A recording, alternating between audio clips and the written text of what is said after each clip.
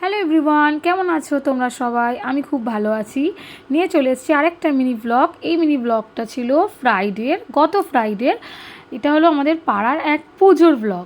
তো মেয়েকে দেখো আমি কি পরাবো, শাড়ি পরাবো, আর আমিও পরবো শাড়ি। তো ওকে রেডি করে নিয়েছি, এই দেখো ও রেডি হয়ে গেছে।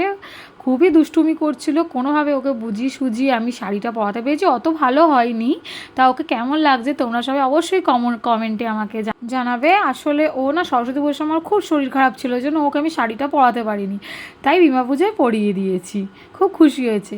দেখো কতটা রোদ, আমি তাকাতেই পাচ্ছি না যে ভিডিও করব। এই আমি বেরিয়ে পড়েছি, একটু তোমাদের সাথে শেয়ার করছি। তখন সবেমাত্র একটু কয়েকটা দোকান বসেছিল, তাই সেইটুকুনি তুলেছি। এই দেখো ওই ক্লিপ যা যা থাকে মেলায় আর কি। এই মেলাটা আমাদের খুবই ভালো লাগে বছরে। এইটা আমাদের বনভূমির মেলা হয়, একদিনই হয় মেলাটা। অনেক দূর দূর থেকে লোক আসে দেখতে, সবার বাড়ি আত্মীয় স্বজন আসে। এই যে আমাদের বিবিমা মন্দির, খুবই জাগ্রত মন্দির, সবাই এখানে ঠাকুর দেয়। আমরাও দিই, আমাদের বাড়ি থেকেও গেছে ঠাকুর, সেটাও তোমাদের সাথে শেয়ার করবো। পুরো ব্লগটা দেখতে থাকলেই তোমরা দেখতে পাবে। এখানে মৌলভী সাহেব এবং পুরোহিত দুজন মিলেই পুজো করা হয়। মেয়েকেও নিয়ে গেছিলাম, বললাম চল তোকে ঘুরিয়ে নিয়ে আসি, নয়তো তো পরে ঘুমিয়ে পড়বে। ওই দেখো গুড় করে হেঁটে হেঁটে আসছে শাড়ি পরে। এই হলো আমাদের বাড়ির বিবিমা মা। বিবিমাকে সাজানো হয়নি এখনও, সাজিয়ে নিয়ে যাবে। দেখো বাড়িতে নিয়ে এসেছে, ঘুমিয়ে পড়েছে, খায়নি। দেখো বেজে গেছে 1:20, ও খাওয়া হয়নি, ও ঘুমিয়ে পড়লো। একদম গন্ডগোল করে দিয়েছিল সেদিন। আমি তখন মাকে বললাম তুমি ঠাকুরটা দিয়ে আসো, পরেও উঠলে যাব। তো আমি আর যেতে পারলাম না, ব্যাড লাক। তো মা এই ঢাকিকে নিয়ে ঠাকুরটা দিতে যাচ্ছে। এই আমিও তারপরে মেয়ে ওঠার পর চলে এসেছি। মা হলো দণ্ডি কাটছে, একটা মানসিক ছিল মায়ের, তার জন্য মা দণ্ডি কাটছে।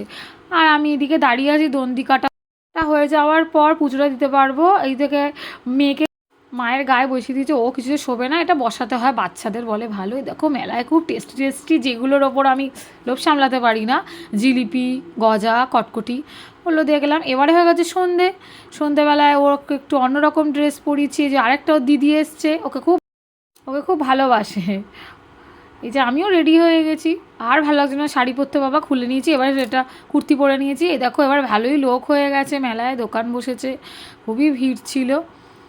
ওই যে দুল, আমার তো সবসময় ওই দিকেই চোখ যায়, দুল দেখলেই আমি দাঁড়িয়ে পড়ি। যাই হোক আমি দুল কিনিনি। এই দেখো ও আবার ওকে আবার ওর মামি ঠাম্মি বেলুন কিনে দিয়েছে। ওই বেলুনটা নিয়ে এখনও ঘুরছে মেলায়, খুব মজা পেয়েছে মেলাতে। আবার গেছে, আবার ওর কাকা ওকে একটা প্রজাপতি কিনে দিয়েছে, ওর দিদির সাথে ঘুরছে আবার মেলাতে। ও কাকা কাম্মা ওকে কিনে দিয়েছে। দেখো খেলনার দোকানে এসে যেতেই চাইছে না, খেলনা ধরে টানাটানি শুরু করে দিয়েছে। ও কিনেছে, ওর দিদিও কিনেছে।